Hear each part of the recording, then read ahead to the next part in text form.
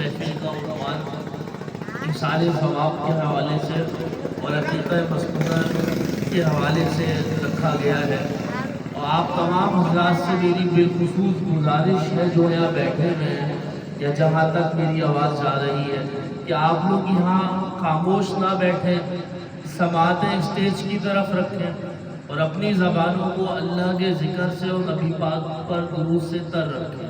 انشاءاللہ العزیز محفل کے اختتام پہ یہ تمام مثال ثواب نبی پاک کی بارگاہ عالیہ مقدسہ میں پیش کر دیا جائے۔ بغیر کسی تمہید کے میں ترجمہ القرآن کی طرف آؤں گا۔ اعوذ باللہ من الشیطان الرجیم وَلَن تَرْضَ عَنْكَ الْيَهُودُ وَلَا النَّصَارَىٰ حَتَّىٰ تَتَّبِعَ مِلَّتَهُمْ کہ ہرگز تم سے راضی نہ ہوں گے۔ کون راضی نہ ہوں گے؟ یہود، وَلَا النَّصَارَىٰ نہ ہی نصارہ، حَتَّىٰ تَتَّبِعَ مِلَّتَهُمْ یہاں تک کہ تمہیں وہ اپنے دین پر عمل کروا لیں یا اپنی ملت میں شامل فرما لیں۔ قُلْ إِنَّ هُدَى اللَّهِ اے نبی آپ فرما دیجئے کہ ہدایت تو وہی ہے جو اللہ ہدایت دے۔ اگر آپ اپنے ذہن سے اور گمان سے سوچ کے بیٹھے ہوئے میں ہدایت یافتہ ہوں تو وہ آپ کا ذہن اور گمان ہو سکتا ہے، مگر حقیقی ہدایت وہی ہدایت ہے جسے اللہ ہدایت کہے گا اور وہ آپ کو مل جائے گی۔ وَلَئِنِ اتَّبَعْتَ أَهْوَاءَهُمْ بَعْدَ الَّذِي جَاءَكَ مِنَ الْعِلْمِ تو جس نے پیروی کی اپنی اس خواہش کی بعد اس کے کہ اس کے پاس اس کے رب کی طرف سے علم آ چکا، مَا لَكَ مِنَ اللَّهِ مِن وَلِيٍّ وَلَا نَصِيرٍ تو پھر کون ہے جو اللہ کے سوا اسے مددگار حاصل ہو جائے، یا اللہ کے سوا کون ہے جو اس کو بچا لے، کون اس کا ولی بنے اور کون اس کا مددگار بنے۔ یہ قرآن پاک کی اس آیت کا ترجمہ۔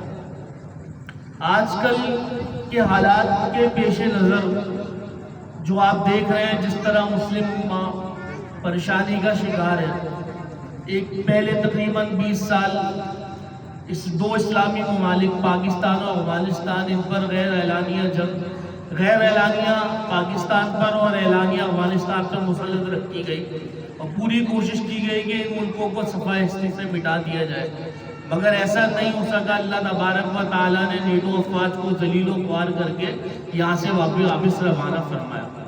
اب جب وہ یہاں سے دفع ہو چکے تو انہوں نے جا کر اسرائیل کو شے دی، اسرائیل کو سپورٹ کی، جس کے نتیجے میں آپ دیکھتے ہیں کہ حالات یہ ہوئے کبھی ایران پہ حملہ ہے، کبھی لبنان پہ حملہ ہے، اور جو فلسطینی مسلمانوں کا جو حال ہے وہ تو آپ کے سامنے ہی ہے۔ اسرائیل ایک ایسی ریاست ہے جو ادھر ادھر شیعہ ملکوں سے گھرا ہوا ہے، لبنان ہے ادھر، ایران ہے ادھر، عراق میں بھی اچھی خاصی تعداد پائی جاتی ہے۔ سب سے پہلے فلسطینی مسلمانوں پر بیت المقدس پہ حملہ کیا گیا اور اٹیک کیا گیا اور مسلمانوں کی حمیت اور غیرت کو للکارا گیا۔ تو جو اڑوس پڑوس کے ممالک تھے وہ زبانی زما خرچ تو کرتے رہے کہ آج یہ کر دیں گے، کل یہ کر دیں گے، پرسوں یہ کر دیں گے، مسلمان بچے شہید ہوتے رہے، لیکن کیا کسی نے کچھ بھی نہیں، یہاں تک کہ سینکڑوں سنی مسلمان شہید ہوئے۔ اب اسرائیل نے اپنا پینترا بدلا کیونکہ وہ تو فرقہ واریت کو استعمال کر رہا ہے، شیعہ سنی گیم کھیل رہا ہے، شیعوں پہ اٹیک کرو تو سنی خاموش، سنیوں پہ اٹیک کرو تو شیعہ خاموش۔ اب اس سے بولا کہ بھائی سنی ملک فلسطین کو بہت عرصے دبا لیا، اب آ جاؤ حزب اللہ کی طرف، لبنان کی طرف اور ایران کی طرف، اس پہ حملہ کر دیا۔ آخر یہ حالات کیا ہے اور کیوں ہے؟ نبی پاک علیہ السلام نے ایک دفعہ فرمایا کہ قریب لوگوں تم پر ایک زمانہ آنے والا ہے کہ جب غیر مسلم اقوام تمہارے اوپر اس طرح دعوت دیں گی جس طرح کسی مرغوب غذا کے اوپر دعوت دی جاتی ہے، وہ سب مل کے تم پہ حملہ کر دیں گے۔ تو صحابہ نے پوچھا اللہ کے رسول کہ اس وقت ہم تعداد میں کم ہو گئے؟ فرمایا نہیں، تم تعداد میں کم نہیں ہوگے مگر تمہارے اندر وہن کی بیماری لگ چکی ہوگی۔ پوچھا وہن یہ کیا چیز ہے، یہ کس بیماری کا نام ہے؟ فرمایا وہن کی بیماری وہ بیماری ہے جس کے ذریعے سے تمہارے اندر دنیا کی محبت پیدا ہو جائے گی اور جہاد سے یا اللہ کی راہ میں لڑنے سے نفرت پیدا ہو جائے گی۔ آج امت مسلمہ کا حال دیکھ لیجئے، مسلمان ممالک کا حال بھی دیکھ لیجئے کہ بہت سی تنظیمات صرف اس بنیاد پر انہوں نے ختم نبوت کا نام لینا اور جہاد کی عظمت کی شان بھی بتاتے ہیں کہ جہاد کتنا بڑا، ختم نبوت کا نام لینا، نبی پاک صلی اللہ علیہ وسلم کی ختم نبوت کا بابانگیز حل اعلان کرنا یا قادیانیوں کو برا بھلا کہنا فقط اس لیے چھوڑا ہوا ہے کہ کہیں ہمارا چینل بند نہ ہو جائے، کہیں ہماری جماعت بینڈ نہ ہو جائے، کہیں ہمارا نام ان جماعتوں میں نہ آ جائے۔